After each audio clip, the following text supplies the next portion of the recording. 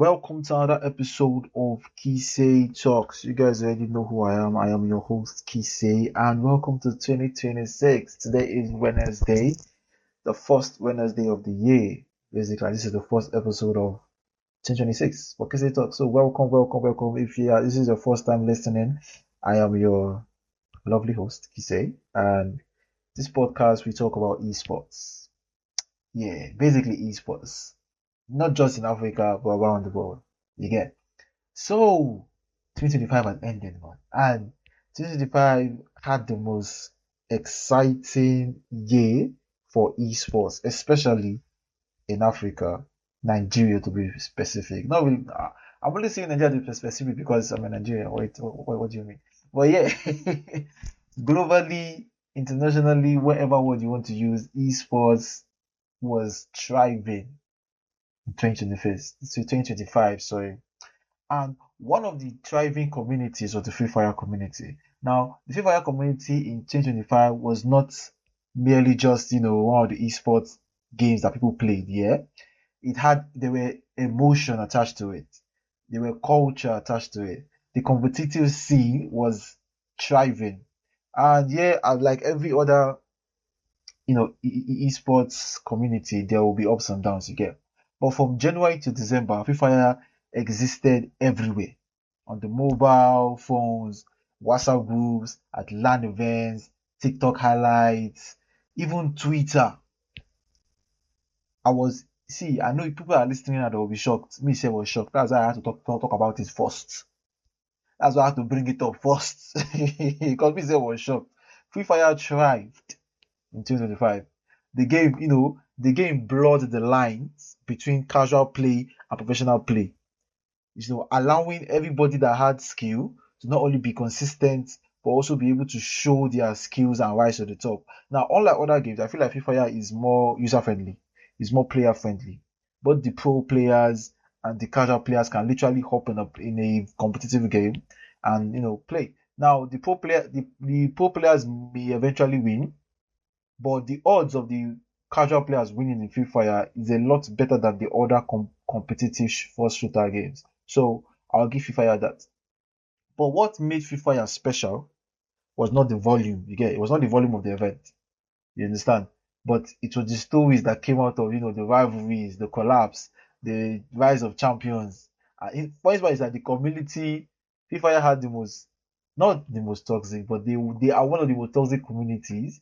But at the same time, they are one of the communities that will rally up against their own no matter what. And that was one of the best things I enjoyed during 2025 Free Fire era. And one of the defining events for Free Fire was the 10N80 Free Fire Deca Cup. It held for 3 weeks in June and concluded with a LAN finals in Lagos. Now, this event was hosted by 10N80 Esports. The tournament brought together some of the most recognizable names in the Nigerian scene. We have the All Stars Niger, entered the competitions as the fan favorites, known for their discipline, rotations, late game composure. The usual thing you see from pro players. Then we have Vent Esports. It's Vento. But apparently they put hyphen for their names these days. Any name you see now hyphen there on top of. Now Vent Esports, I go call them Vent Esports.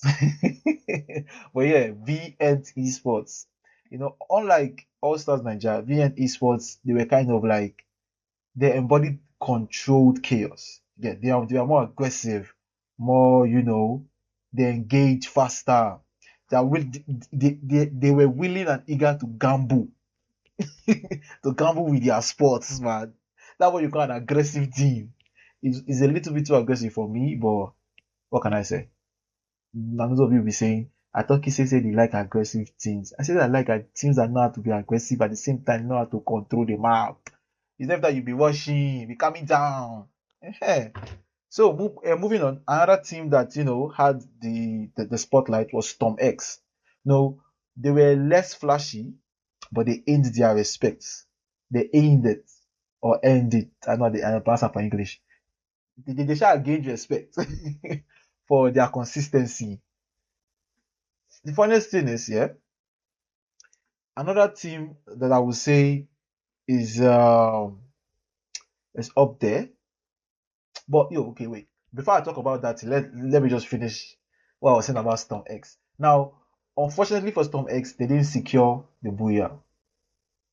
The LAN finals felt less like a gaming event, you understand? More like a football watch party where the crowds were reacting, they were like, wah, wah, wah. You know the vibes now. You that have gone into esports land. You know how it's being held. There's always this active, this vibe, this fire. At your if you read manga or anime, you what they call detain at your stomach. There's this urge that if your team is winning like this, there's like on top of the world. But yeah, despite that, Stomach did not, secure the Booyah, which is fine. In the esports scene, you win some, you lose some. That's the cycle it is in the esports scene. So this is what this is. They have all the time in the world to, catch their breaths, restructure, and come back, harder and better than ever. You understand? And the team I was trying to talk about was Noobs Esports. Now, Noobs Esports were one of the teams that I would say is part of the big teams in the Nigerian Free Fire scene. Now the reason why I say this is because Noob Esports, I had the what they call it, the opportunity to work with them.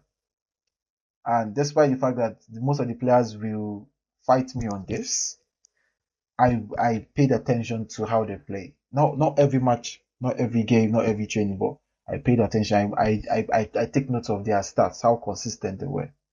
Now, yes, they had a falling out with Outlaws NG, for valid reasons.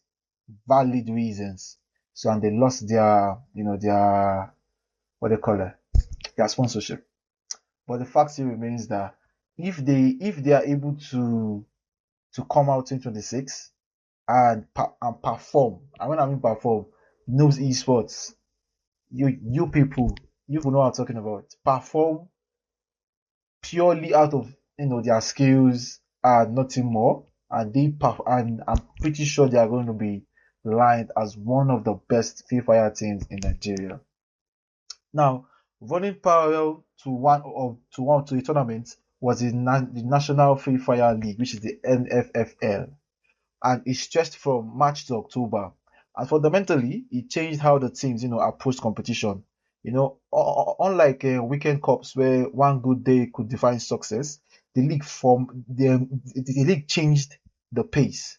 For example, the league format exposed weaknesses over time. Teams like Red Rebels and Valor Esports experienced, dramatic swings in forms, dominating early stages only to fall behind when adaptations failed. Now, basically, yeah, the NFFL, let me not bite my tongue. The National Free Fire League, NFFL, yeah, brought in a new structure. I won't really say it's a new structure, but it was kind of like a new way of, going about Free Fire competitions.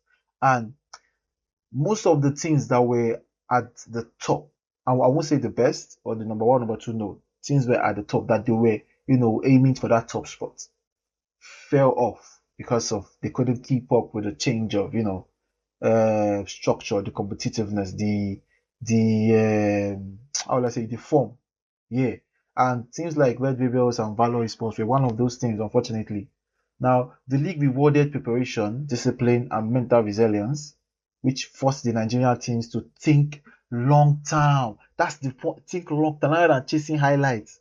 Most of the teams these days in the esports scene, not just Free Fire, most of them feel like they are too good that they don't really need to train sometimes or have a plan or be disciplined or have a consistent style of gaming. Rather they chase like best sniper of the match, best. Yes, you might win the best sniper of the tournament or best defensive player or best attacking player or aggressive player, and your team will lose the cup. So you can have one with the other, but you cannot have the other with the other one. I don't know if you get me. You can get the cup and still be crowned the best aggressive player, best sniper, best defensive player, best objective player, all those things. But if you are focusing on getting those accomplishments first, before you actually get the cup, then you are going to lose the cup, obviously, because other teams who are more driven, more goal oriented, more disciplined are aiming for that top spot, and you are just aiming for crumbs, basically.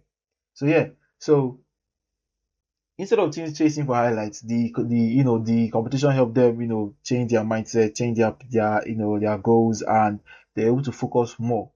And by mid-season, fans were no longer arguing about who had the best aim or who had the strongest macro understanding. Like the goal of every competition is for you to enter there and meet people that you will consider your rivals, your Achilles heel, you know, your your there's your Shiva to your Rudra. Is it Rudra? I've forgotten the name of the Indian god. But yeah, Rudra and Shiva, they were like two gods that fought themselves like at the end of. Don't let me go into mythological laws. We'll be here for like 3 hours. But basically, yeah, competitions are where you meet your so-called equals and prove why you should be number one, why you should be the best, why you should be him or her. It depends. So yeah, nobody was arguing who had those macro understanding or best aim.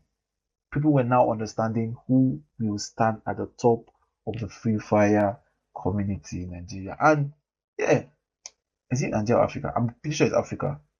Pretty sure it's Africa. But here, beyond the structured competition, Free Fire's reach extended through lifestyle-oriented events such as the MTN Engagement Play, where you win Free Fire Festival in like August, and seasonal tournaments like Eid Special Free Fire Tournament in June, which was hosted by MTN Nigeria and community partners. Now, these events were international. They were international. The lines between this server, that server, this community, yeah, they merge everything together. Everybody can climb battlefield and fight. You understand? Now, guild-based teams like Black Ops Guild, Team Doomsday thrived. This is where they thrived here. They build their massive followings even without consistent tournament wins. Individual players became minor celebrities in the Free Fire community. sorry. You should be covering that. I will be throwing some shades also. Cover that. So minor celebrities, their clutch plays, were trending in TikTok and Instagram reels. At the same time, debates around the macro usage, emulator fairness, device advantages, what were spreading around the internet back then. Was spreading like this, that it's unfair. MS, concern your papa. I've never understand the fact that you will lose and start blaming your device or blaming the internet, man. Because when you beat somebody with that same device and internet, you don't complain that I would have beaten you more, if not for my MS, if not for my device, like if not for some glitch in the game that I've not yet mastered to use. Nah, man. So yeah, on the continental stage, Nigerian representative entered the Free Fire African Championship qualifiers with confidence. With confidence, only to be tested by the patience and structure of North African teams. You see, North African teams, not only in Free Fire, don't get me wrong, not only in Free Fire, there are other games where the North African teams are just different. Now, the Nigerian squads often display superior mechanical skills. And when they say mechanical skills, they mean they'll be looking back, you'll be looking front, they'll hit fire you back. So, but like I said, small shades. Don't be angry. Don't be angry. Small shades. Relax. So, but yeah, normally Nigerian squads often display superior mechanical skills and confidence in gunfire. But during this event, they were struggling with zone discipline and late game restraint. Now, the difference became even more apparent when fans followed the Free Fire World Series 2025 and the Free Fire World Cup at Esports World Cup in Riyadh. If I'm butchering this name, please forgive me. But what I'm seeing here is Riyadh. You understand me? Riyadh in July. Now, watching the global powerhouses, operate with, near perfect coordination, reframe expectations, back home. You understand? Free Fire in Nigeria ended 2025 at a crossroad. They're no longer they're no longer looking for entertainment, but rather they're trying to develop their professional, structure, coaching, and most importantly, skills and long-term investment. So I think for the FIFA community, the especially in Nigeria and Africa, but mainly in Nigeria, I think the 2025 was kind of like an eye opener for not only the players, the teams, the clans, but also the people that are willing to invest into the FIFA community. I feel like 2025 opened their eyes to firstly the investors. Yeah, now they've seen that FIFA is something that they can put their money in.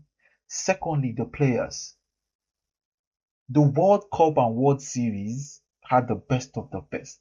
And the Nigerian teams that they were feeling that they are number one, I think most of them, their eye have opened by now. They know reach toes of most of those players that came to the World Cup, like for in a global level. And I feel that should be their goal now. That should be their goal. Like, if you want to be the best, you have to aim at the current best, basically. So, but yeah, and just like the Free Fire community, there is another community that had not even just like the Free Fire, unlike the Free Fire community, unlike the Free Fire community, there was another community that had discipline from day one, patience from the beginning of its starting, and in 2025, this particular community rised, or should I say, rose to their throne. I won't say throne, and I might be glazing. You should already know that I'm pretty familiar with this community. And if you are thinking Call of Duty Mobile, you are wrong. It's not Call of Duty Mobile. It is the PUBG Mobile community. Now, hands up, PUBG Mobile is not for everybody. I tried it back in the day. I thought it was good until somebody sniped me out of car. Ever since that day, I didn't play that game again. So, if you are wondering why I respect the PUBG Mobile community, it is because for you to be able to play a game that is so movement restricted at the same time, the movement are not that restricted. A game that you need to be patient, you need to have discipline before you can engage an enemy. Your mindset should be on another level. I don't know if you will grab what I'm trying to say. For you to be able to play that game, yeah, your mindset, the way you look at things is different. Trust me, I couldn't do it. So kudos to them. So, but that's not the point of this, news segment. Yeah, but because this is a news segment, that's not the point of it. Now, in 2025, the Nigerian PUBG mobile, community represented a difficult philosophy of esports entirely.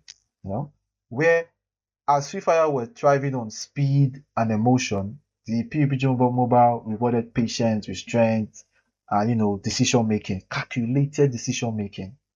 Now the scene was smaller, in I think in Nigeria, where Nigeria has the smallest PUBG mobile community. No, I won't say Nigeria has the smallest. I will just say they are very compared to. Okay, let me rephrase it like this before you put off on my neck. Currently, I feel like in Nigeria, the smallest community is the PUBG mobile community. And I think it's my own opinion on this is because the game is way difficult than the other community games. That's the only reason I will say their community is small. You get? But despite their size, they were more serious than the other communities. Players spoke in terms of rotations, you get? Zone control, scouting information, large game survivability. These are players that have trained themselves to know when to push, know when to stay back, know when to retreat. Calculated movement. Like, you get, throughout the year, PUBG Mobile quietly evolved from a loosely organized community. I don't know why they gave me this statement. To me, the community is not loosely organized. Let's be respectful. But yeah, from a loosely organized community into a more disciplined, competitive environment, driven largely by players who were willing to, study the game rather than simply play it. Like, exactly. If you're a PUBG player, you study. These people will sit down and study how to infiltrate a house that players are inside. Look, think about it now. Does that make sense? Game, you will sit down and study buildings, locations on maps, how you remove. But yeah, unlike other games where we focus on skill and devices, you know the game I'm talking about. Skills and devices. I will not say devices is not part of it, but skills itself is also part of it. Unlike that game, PUBG Mobile is more of tactics, man. You have to learn control, learn the map, learn where to attack, learn where not to. And I'm not saying the other games don't have that kind of thing. No, they do. All first shooter games have it. All games have it. All games have it. But some are more. How will I say this? Some games you need to be more knowledgeable in those things than others. You understand? And we'll get into that later down the line. Now, to define the Nigerian event of the year, which was held by GamrX, the GamrX PUBG Mobile LAN held in August in Lagos and hosted by Gamer Africa. Unlike flashy festivals, this event carried a professional atmosphere. Everywhere tense, everywhere hot. Everywhere hot. If you flinch, the person will knock you. So things arrived with clear game plans, analysis. They were like, oh, if we attack this, flag this, retreat here, so rotate here, you get.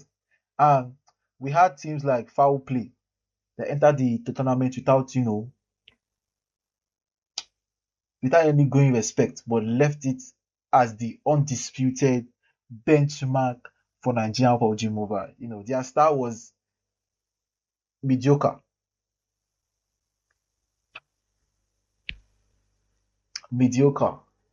I'm joking.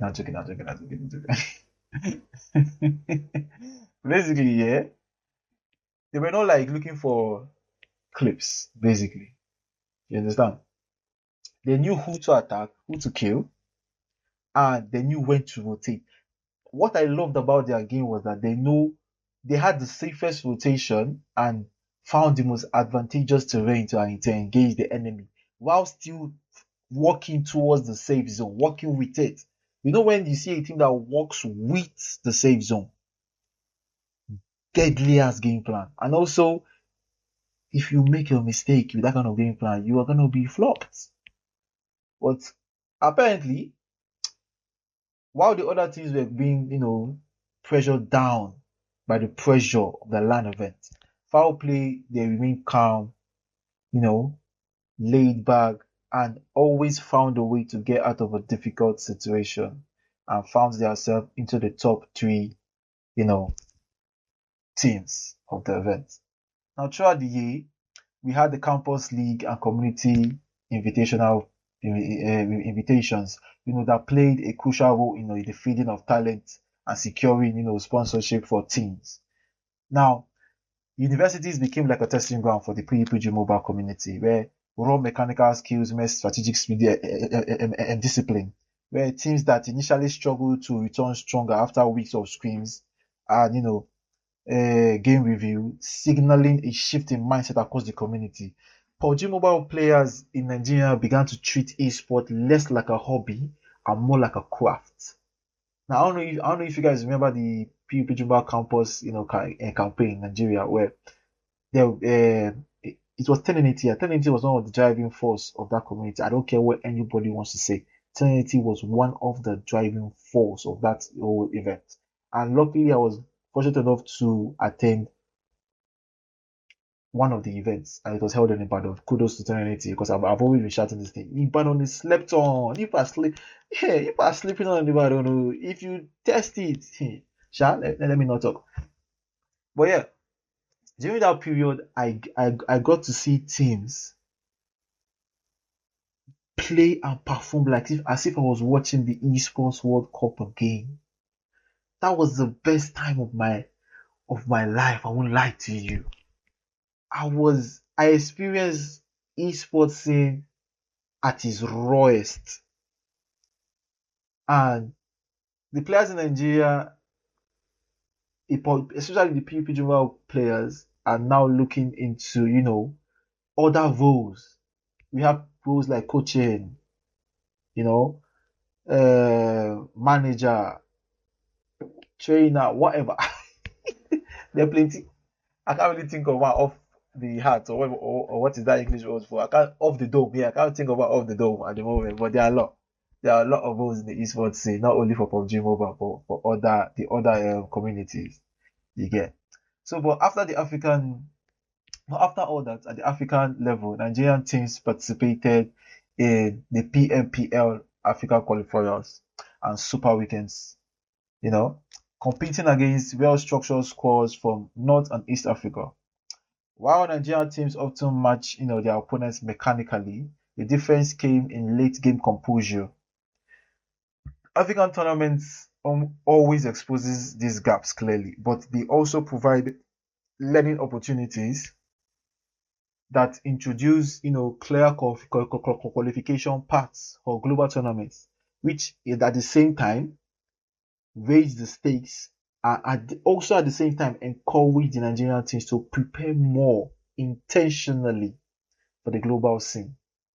Now, global events such as the PUBG Mobile Global Championship, the PMGC 2025, and the PUBG Mobile's inclusion in the Esports World Cup served as a reference point rather than destination. We get to watch things like Alpha 7 dominate, reinforced, the idea is that sustained excellence requires years of structure, funding, and international experience. By the end of 2025, PUBG Mobile in Nigeria had not exploded, it had matured. Exactly. Exactly. Exactly. That I keep saying, man. PUBG Mobile in Nigeria 2005, like I said, small community, big goals. Big goals, big events, big players. You get? So it matured, giving a foundation for, long-term competitiveness. Another community that took a rather, how will I say this? A rather big chunk of 2025. Yeah, another community that took a rather big chunk for 2025. This is community that is driven by mechanicals, skills. Weave, pa. You don't come out here the sniper. Weave, pa. One tap. For those that know what one tap is, shotgun. They'll catch you for that map.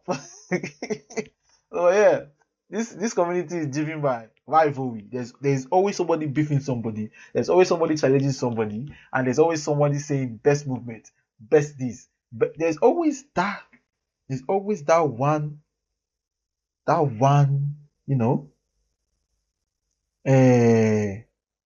that one. I'll just stick with rivalry. The word was in my head before, but I lost it. That one rivalry. And the community I'm talking about, I know you guys already know by now, it is the Call of Duty mobile community in Nigeria. Now, throughout 2025, there's only one word I can use for the Call of Duty mobile community in 2025. And that word is intensity. Now, the PUBG mobile was faced with, tactics, new goals, newer heights, which made them mature. You understand? Unlike the Call of Duty mobile community, the PUBG mobile community already has years of, getting to where they are now. PUBG Call of Duty mobile is since 2019. PUBG mobile has PUBG mobile has been here. PUBG mobile has been here, man. Here, back in the days of running around with pants and frying pan. What are you saying? Even people still do it now, sir. People still remove all their armor and run with pants and frying pan. Because that's the classic PUBG mobile. You get, well, I'm going off point. I'm going off point. Yeah, unlike PUBG mobile, Call of Duty mobile community need a little bit more intensity. You understand? They need to be tempered with a little bit more of heat. The heat needs to be more aggressive. Now, the CODM community prided itself on mechanical excellence, fast reflexes, clean aiming, clutch decision making. When you are facing 1v5 S&D, and your goal is to drop the bomb and at the same time prevent the 5 other opponents that took out your teammates effortlessly. They are going to prevent them from not only killing you but taking out the bomb and at the same time killing them back, taking them out. Okay, that's where clutch decision making comes in. But yeah, matches were loud. I think the CODM community has the loudest community in Nigeria. So matches were not even in Nigeria, in the world. The CODM community are the most egoistical. I'm not saying egoistical like kind of like Blue Lock kind of egoist. Now, Blue Lock kind of egoist is different. This is just prideful ego. Prideful, hungry ego. Yeah, that's what they are. Hungry animals. Looking for the next lamb to devour. But yeah, the matches were loud, emotional, and personal. There's no Call of Duty Mobile event that does not have a personal, a team having a little bit of personal beef with another team. There must be something there. There must be a rivalry. You go to competitions and you see rivalries that are deep, deep, deep, gone down to their mama and papa. And during this kind of period, it is the teams and the players' reputation that matter the most to them. That matters the most to them. You see a team that just want to top another team, whether they win the whole event or not, they not consider them. You see a team that wants to nuke another team, whether they win the whole event or they not consider them. And I'm just seeing all of this. It might not be true, but that's what we are seeing from the from the stand, from outside of the game. We at our watch spectators. But yeah, despite all that, the teams were able to perform under pressure, and they often showed up when it matters most. Yeah. Now, the event that stood out the most,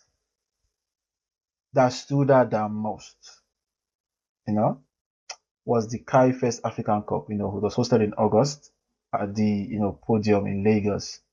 For Nigerian fans, the spotlight was obviously Syria 7. Syria 7. Syria 7 that went and doing interview for 1080, and they are saying they were what the virus say again, sef? I think the way they said they were something about something in the lines of I forgot I forgot. I will see. Don't worry. I will create another clip specially for Syria 7 for that, because after saying all those things, they lost too. They lost that Fire Deca Cup. No be there we know. After bragging on the interview.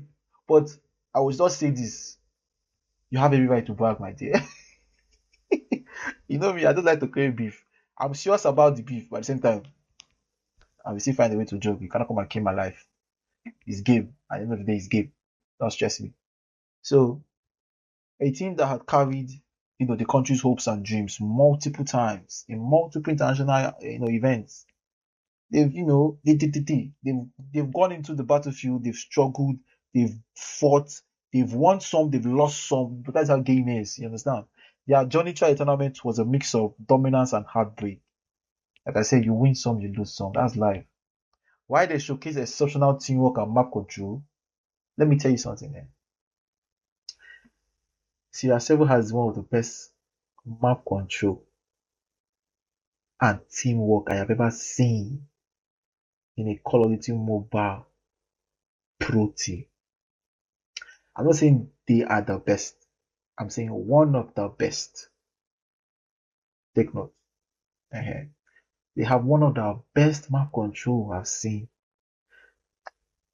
But the issue I feel is that during LAN events here, I think the pressure gets to them. Not all the time, but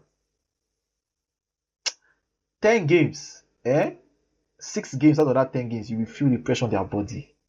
By watching their game, you will feel it.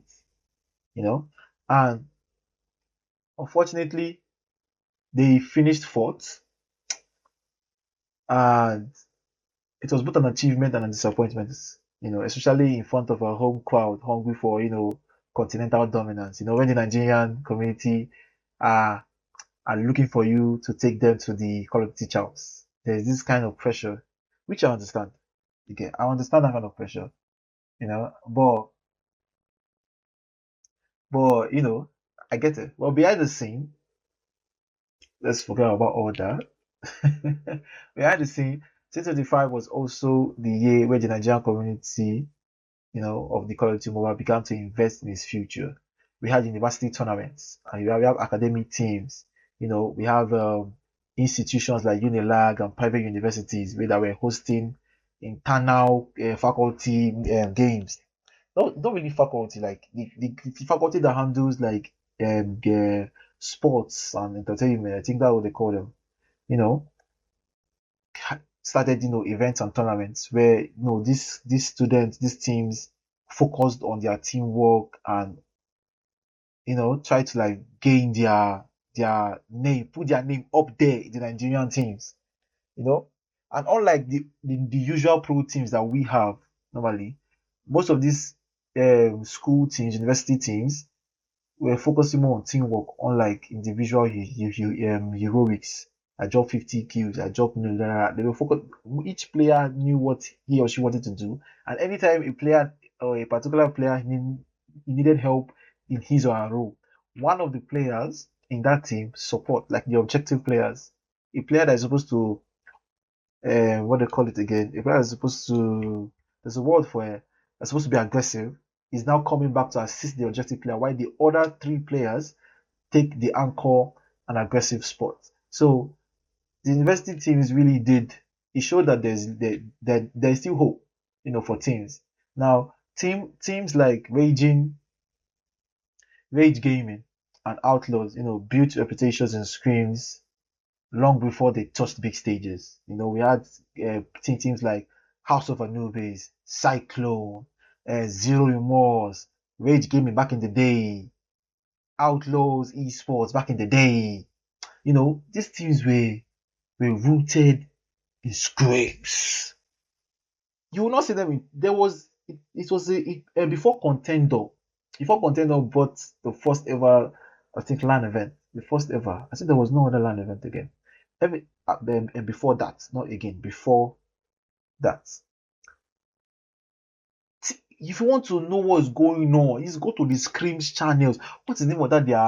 Their Discord channel again before Contender took it. I forgot him. But back then, when you go there, that's where everywhere is hot. Boys are looking for screens. Forget.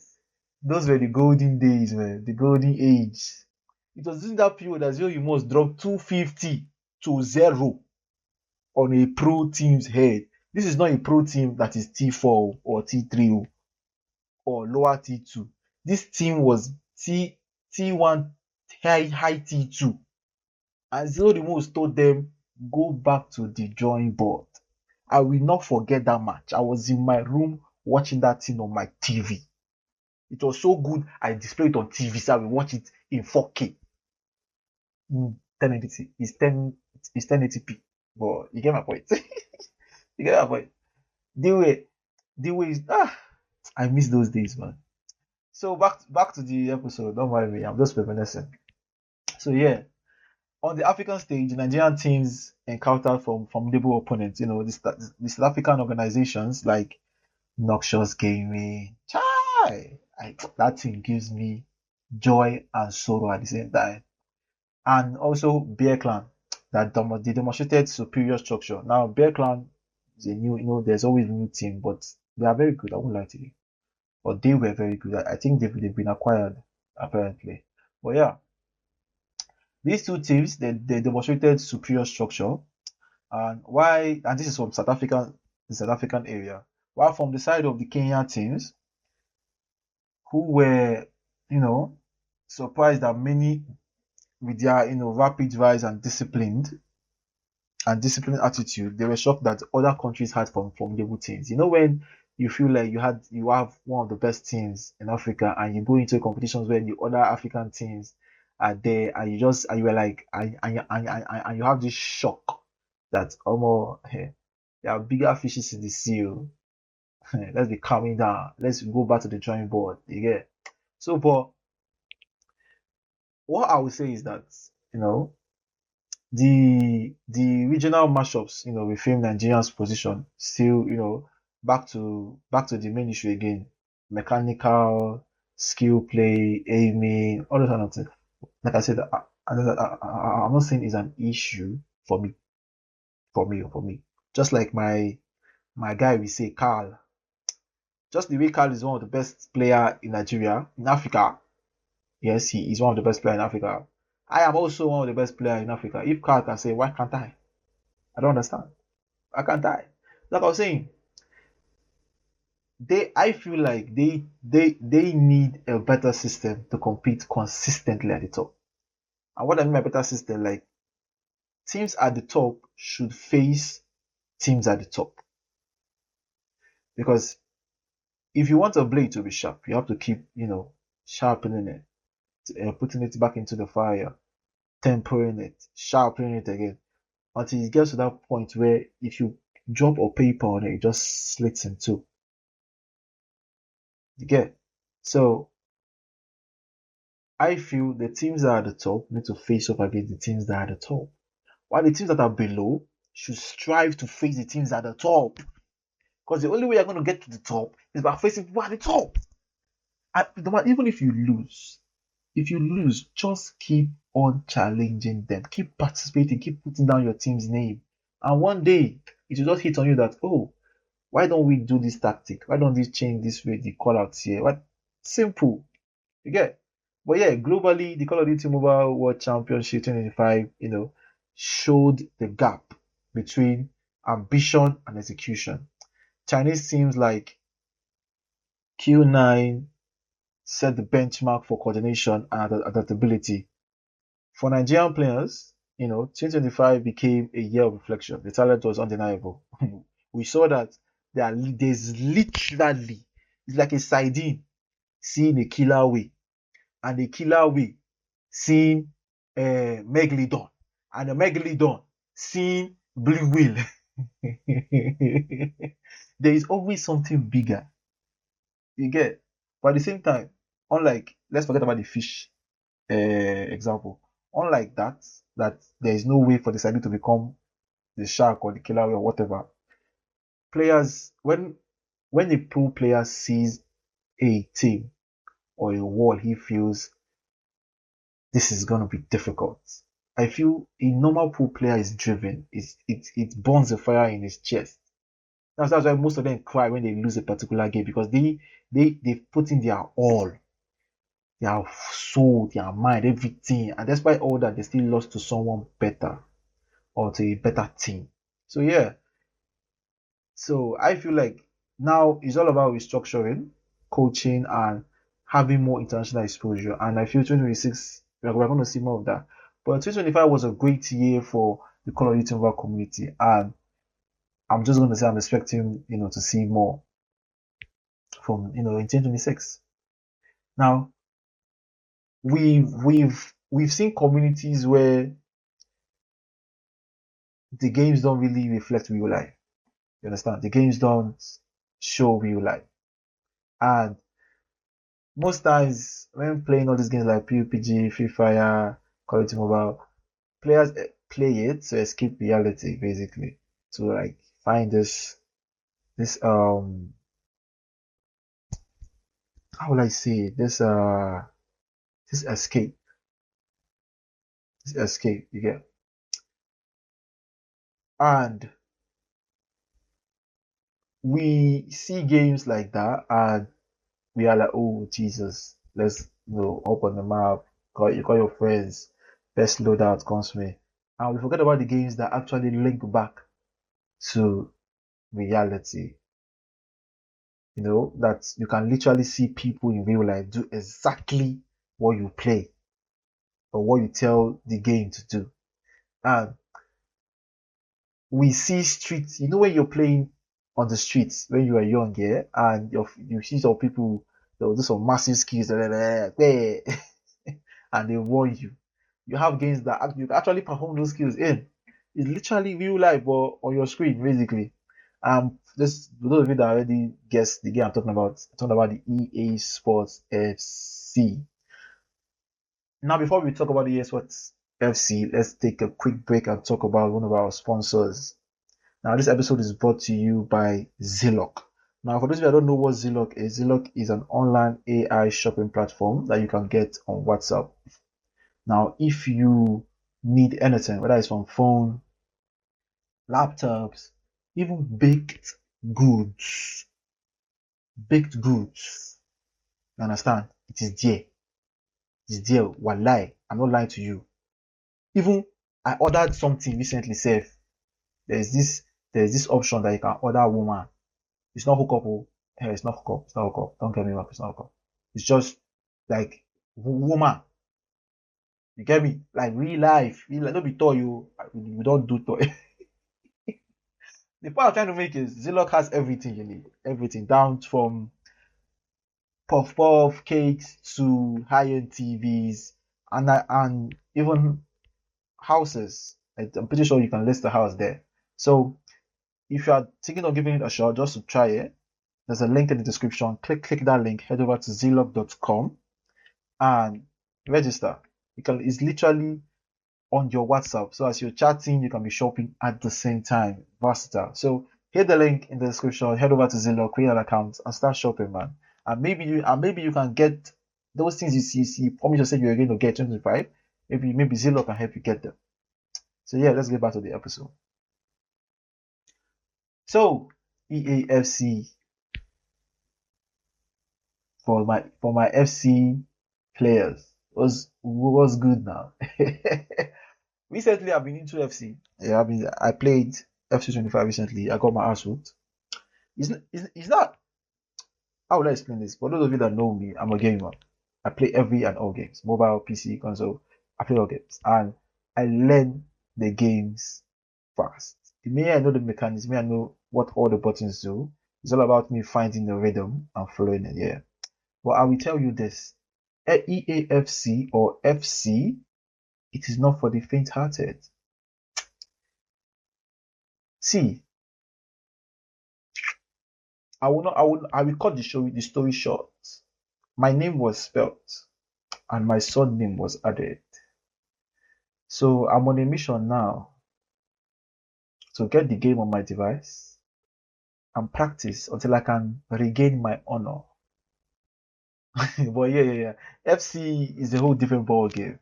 And the realisticness, the way the players play the game, as if it's a part of them.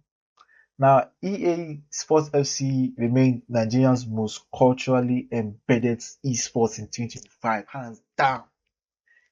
Everyone played it, but only a few truly mastered it. That's a bar. That's a bar. That's a bar. Everyone played it, but only a few truly mastered it.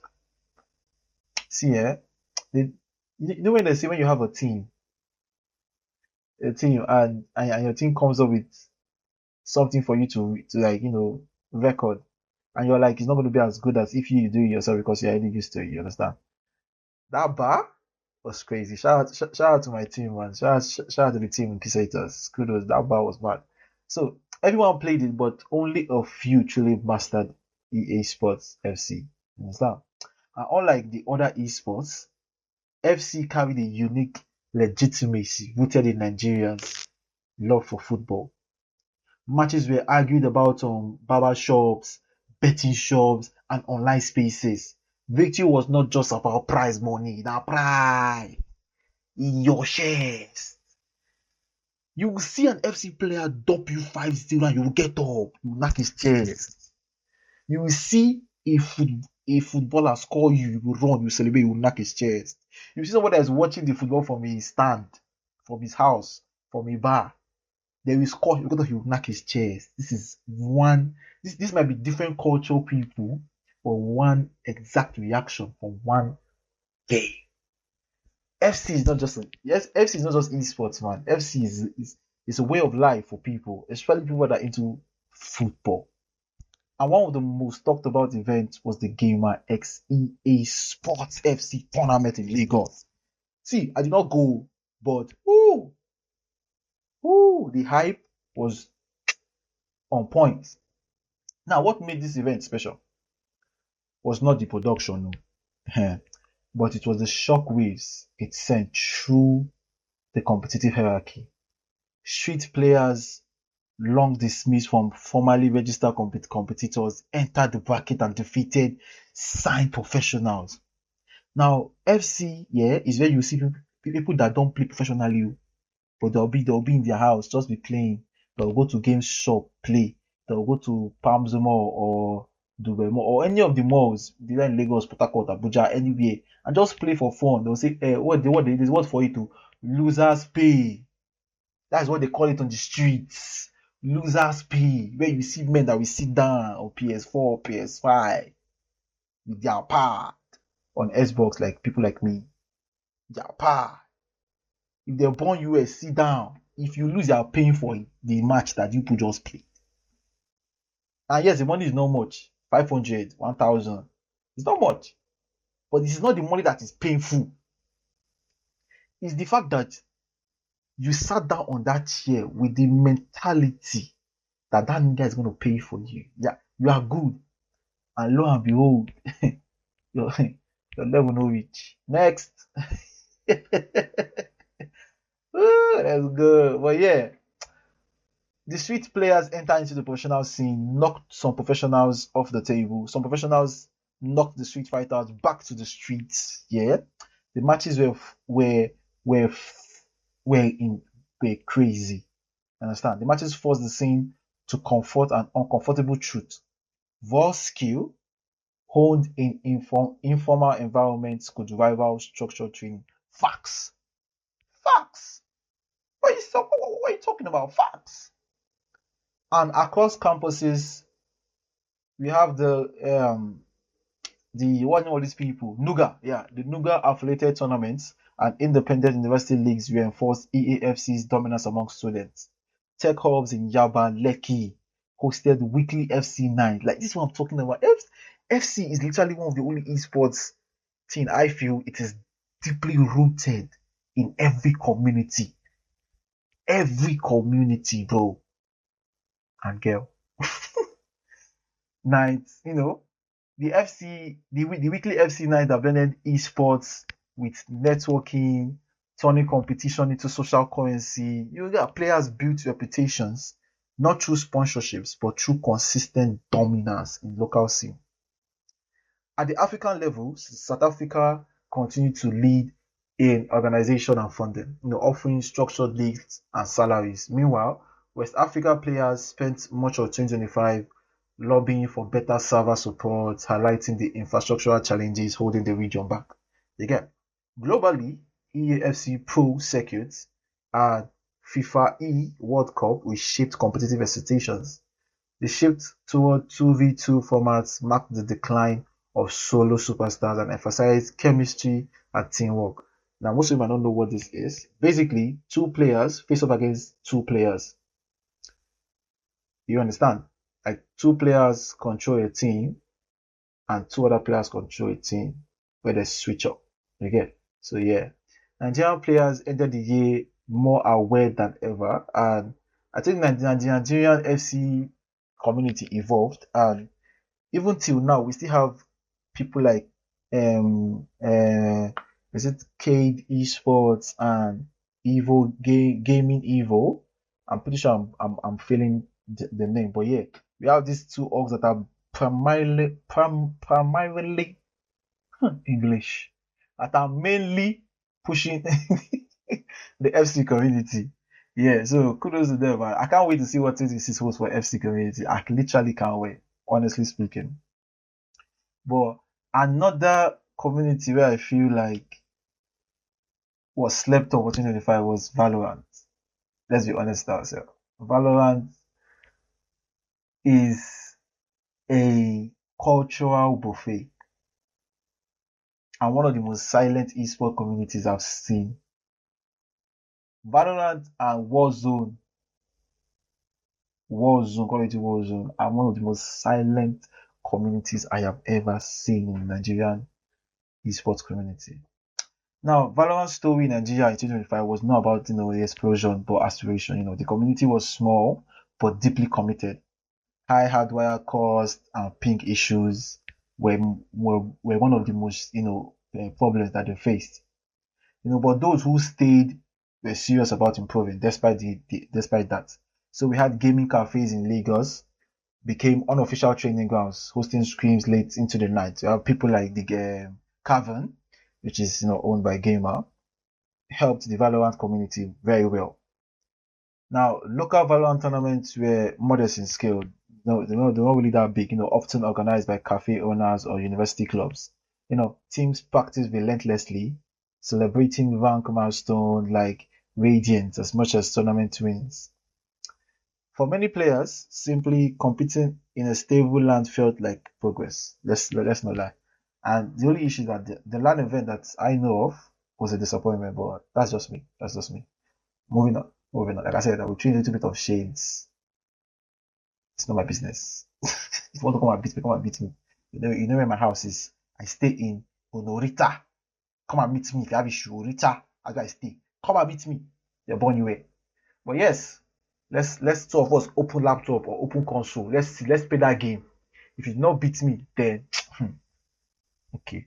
Like I was saying, we had watch parties of Valorant Championships, which was in 2025. Yeah, champs. And despite the absence of Nigerian teams, people still gather to watch it. With ambitions and with the expectations of one day participating in the international community. Now, not really expectations. The Nigerian Valorant team has played internationally before. The only issue I feel like currently is that it's a little bit, how would I say, it's difficult for teams to face up against teams from Nigeria and other regions because of the ping difference or ping issue. I think Valorant is the only game I can confidently say the ping is Jesus. And if you don't have a very good device like your PC is not the top of the top, like your refresh rate is not 100 or 60, it's 144. Trust me, you're not gonna enjoy that game. You're not gonna enjoy it. Lie, you're not gonna enjoy it. Let's not lie, you're not gonna enjoy it. But yeah, regionally, Egypt dominated the African Valorant scene, while Riot's decision to merge Africa into MENA region sparked debate. People were like, this is a waste of time. Why? Give us our own this day. Let's have our own. But despite some saw the opportunities while others, did not. Either way, the pathway, it has changed. For those of you that does not understand PG, it has changed. Mean road. I don't cast myself. It means it's changed, man. The pathway, the goal now has changed basically. I'm studying English. I'm talking about. But yeah, globally, Valorant remains the blueprint for modern tactical esports. Like, facts, facts. What are you talking about? Valorant is up there. You get so, but another game that is up there with Valorant. Even if it's left to me, I would say this game beats Valorant when it comes to tactical gameplay, map control, you know, long-term structure, and that is Counter-Strike. Now, Counter-Strike 2 in Nigeria 2025 was sustained with, hype. The community is just like PUBG Mobile community, small but old, dedicated. They, they ain't go anywhere. They're not going anywhere, but they are small. But despite that, we still had local tournaments where it was intimate. People hosted in PC cafes. Basically, yeah, Counter Strike. To me, Counter Strike is one of the most tactical games ever. And if you are not tapped, you can't play it, man. Every decision can mean win or lose. You can blink and they remove your head. Blink, blink. Those people have micro control, man. But yeah, globally, Counter Strike 2 was one of the major, games, even intimidating other games. And watching the arenas and the $1 million product. See, I don't know if any of you watched Blast. Blast opened my eyes when it comes to competitions, Counter-Strike, and production. Nah, Counter-Strike has one of the most sweet production when it comes to streaming, man. Kudos to them. But yet, Counter-Strike 2 in 2025 symbolized something, different. To symbolize, longevity, longevity, long, long, blah, blah, blah, longevity. Hey, you're getting it. Longevity. Nobody's perfect, please. So it remains one of the best esport ecosystems so far, not just as a trend, but rather as the players have been consistent, committed, and the community has supported them. So, unlike the other communities, I feel like Counter-Strike is one of the well-rooted communities so far. And for those of you wondering, yes, I didn't talk about Warzone, was because there wasn't really much with Warzone 2025. There were a lot, but not a lot. And yes, all the Blood Strike people out there, yes, Blood Strike was hot, but not that hot. Be calming down. Calm your down. Delta Force also. Yes, my Delta Force fans. Yes. You guys were hot, but not that hot.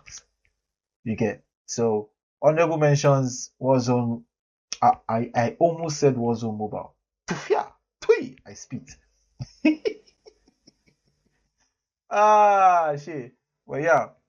Warzone, Delta Force, Blood Strike, honorable mentions. 2025 was a good year, man. That's all I'm gonna say. It was a good year. A very good year. And I can't wait to see what 2026 holds. So yeah, if you are listening on Spotify, you just like PUBG Mobile community, just like the Valorant community, just like the CS2 community or the Counter-Strike community, you have been one of my consistent supporters. If you are listening on Spotify, thank you very much. If you are watching on YouTube, welcome. YouTube is still fresh, it's still audio based. Sorry. But yeah, welcome. And have a great rest of the year. And I've been your host, Kisetos. Don't forget to subscribe, leave a like, leave a comment if you want to. But anything you want to say with your chest. Leave a review, drop some stars, and I'll see you guys in the next episode. Safe.